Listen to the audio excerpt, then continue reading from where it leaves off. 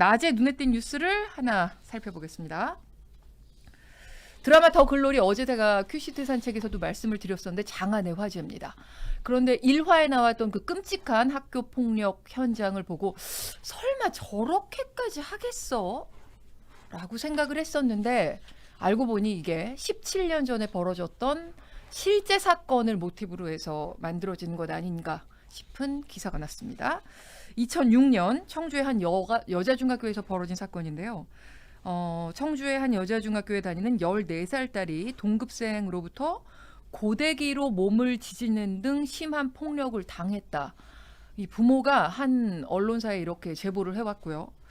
보도가 나면서 사건이 알려졌습니다. 당시 딸의 화상 사진도 함께 공개가 됐는데 그 더 글로리에서 그 특수분장을 한 그 화상 흉터 모습 그대로였습니다.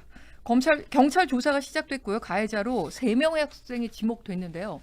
이 3학생 모두 완강하게 범행을 부인했고요. 경찰도 뚜렷한 증거를 찾지 못했습니다. 그래서 수사가 난항을 겪으면서 경찰이 이제 주변 인물들을 상대로 이제 참고인 조사를 시작했는데 그러던 중에 피해자의 평소 단짝 친구로 알려졌던 한 학생이 자백을 하면서 이 수사가 갑자기 방향이 바꾸게 됐다고 합니다.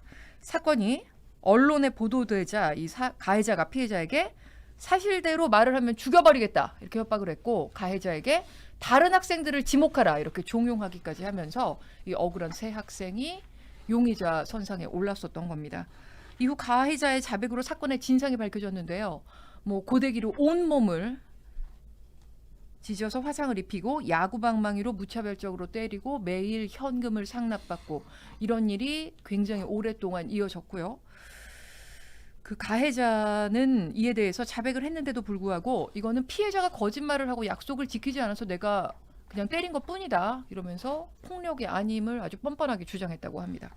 당시 가해 학생 14살이었었거든요. 그렇기 때문에 소년범인데 이례적으로 구속이 됐습니다. 당시 그 구속 결정을 내린 영장 전담 판사는 학교 폭력에 대한 경각심을 널리 인식시키기 위해서 소년범에게 부득이하게 영장을 발부한다 이렇게 설명을 했습니다. 그리고 당시 학교 폭력에 제대로 대처하지 못한 학교와 교사들에게도 행정 처분이 내려졌다고 합니다. 드라마 더 글로리에서 보면 이 고등학생들로 나오는데 이 고등학생들 어떤 처벌도 받지 않았고 학교 측도 어떤 행정처분도 받지 않은 것으로 나타나죠.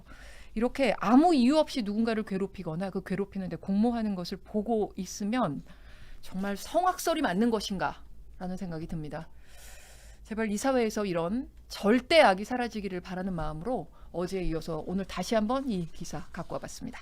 8초 후에 세안대학교 배종호 교수와 돌아오겠습니다.